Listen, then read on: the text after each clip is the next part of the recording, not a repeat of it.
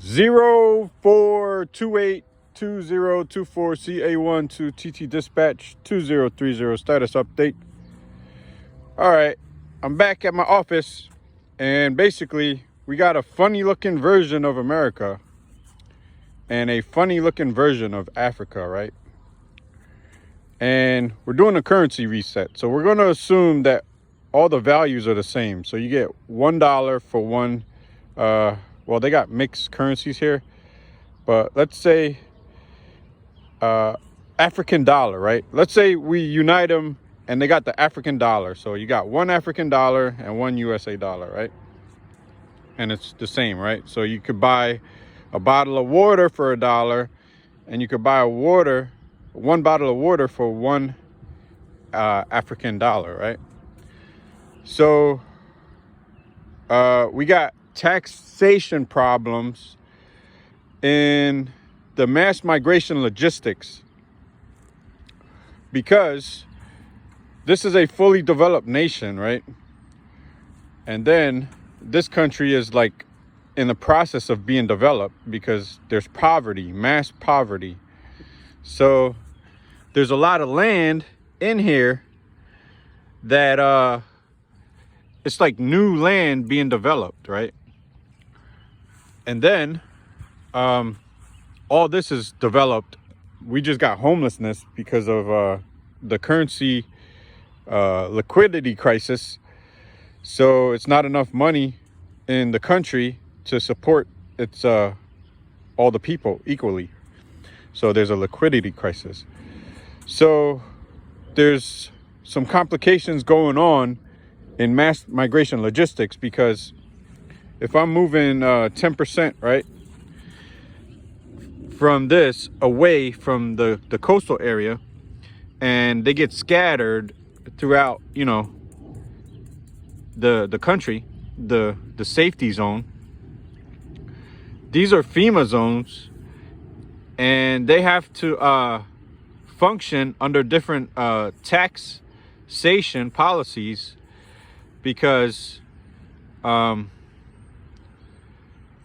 the value is different. We got to put people in cabins to live here, right? FEMA cabins. And basically it's $500 a month for every single cabin, right? Because we don't want to destroy the value of the city next door. So what happens is both cities, right, a FEMA city and a regular city, they're both going to do a double deposit. So basically 40% goes out, 60% comes in, right? So that's at the banking system. So it flushes out their money.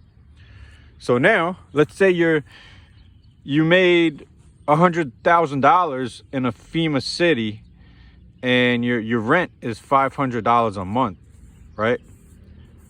So now we're doing it like this. You got the light company, the water company,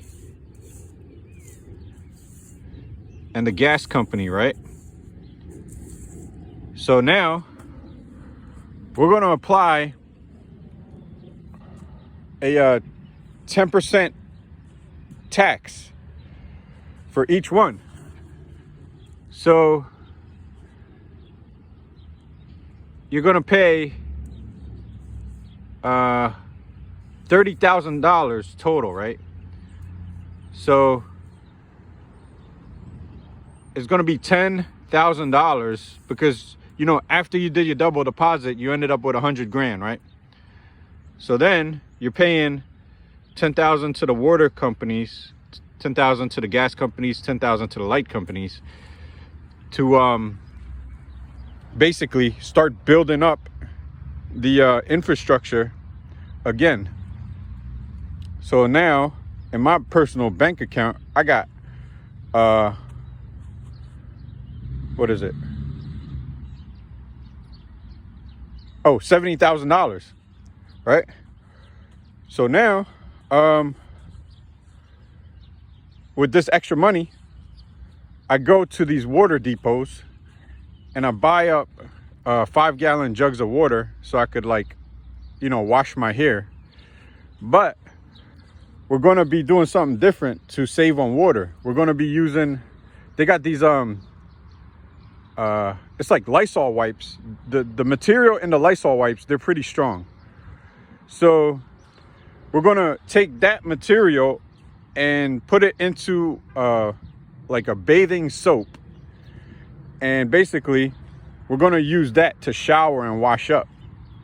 So we're going to save like tons and tons and tons of metric units of water. So basically we got the tax situation going on right there, and boom, that's out, right? So now the regular cities, they don't pay the tax for their that 10% tax, because they already have their infrastructure. So let's say I work in the city and I do the same job as the other character and I made 100 grand. That extra 30% whatever that I'm paying here, it goes into the value of being in a fully functioning city. So basically my rent is going to be way higher than you know, $500 a month in a FEMA city. So basically that's how it got to function and operate. Now for somewhere like Africa, we have a strange situation because they got to apply to like a newly developed land area, right? That's not a FEMA city, because these residents with the IDs from the coastal areas, they're mandatory FEMA cities, because they got to keep track of the debt and the assets that was in these zones of the coastal flood, right? So they are always going to be a FEMA city citizen. So these newly developed areas in Africa has to function on America's regular value system that's being built up. So basically, that's how we're gonna manage the financial aspects of the mass migration logistics, and also keeping the financial system stable. So yeah, that's all I got. Over out. Gotta go.